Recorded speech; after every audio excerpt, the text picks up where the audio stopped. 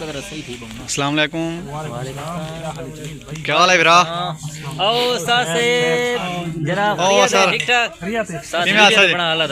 माशाल्लाह सर बाबा ना बीच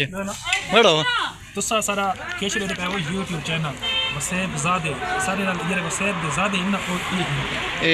तू साथी गए वे ज़्यादा है ना तेरी जय पिछली साइड अच्छा मोहम्मद जलील सर मोहम्मद जलील ए कौन इना ना कौन है इसमें ग्रामीण अदरस है मोहम्मद अजमल सर जी हां तसवर अब्बास सर जी हां माशाल्लाह रफीक अहमद सारे पीछे जो कैमरे ते बंदे मोहम्मद जलील ठीक है जी ते सारे दूर पे 4-5 नफर जेरी बिलाल सारे को पता ठीक ये तो काफी ज्यादा गहराई मालूमात होती ये माशाल्लाह काबिल लड़का है ये सही इंसान है काफी पहुंची है सही जरा एक दफा इना ते लग गया ना वो बाकी कहीं लड़ नहीं रहा किनो तो नहीं रहंदा वो बाकी कहीं दुनिया के कहीं पासे दे नहीं रहंदा अच्छा जरा कहीं दुनिया तो नहीं रहंदा ना इना ते लड़ लगाया होता हां भाई शायद जरूरत ही नहीं है ठीक है हुने ही कुछ टाइम पहले ही कहीं बंदे को इन्हें मतलब यहाँ पे रंगस अब जुकैस जुकैस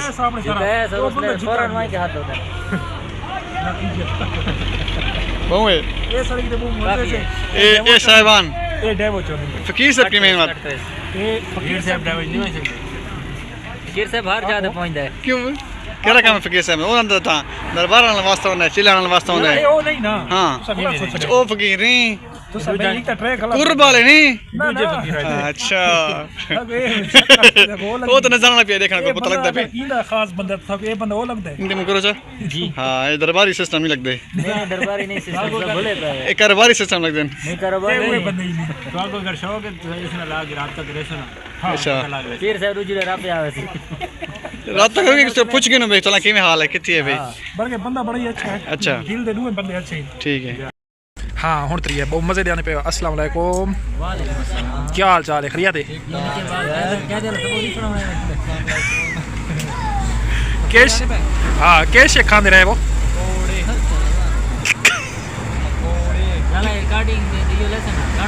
हाँ केरे अड्डे ते बैठे वो ठीक लेकिन YouTube वो को एक्सेप्ट नहीं करे ना ना लाल ये रिकॉर्डिंग में जी ओरिजिनल आवाज बिस्मिल्लाह अल्लाहुम्मा सल्ली अला मुहम्मद व अला मुहम्मद व बारिक वसल्लम दुरूद शरीफ पढ़ो एक दफा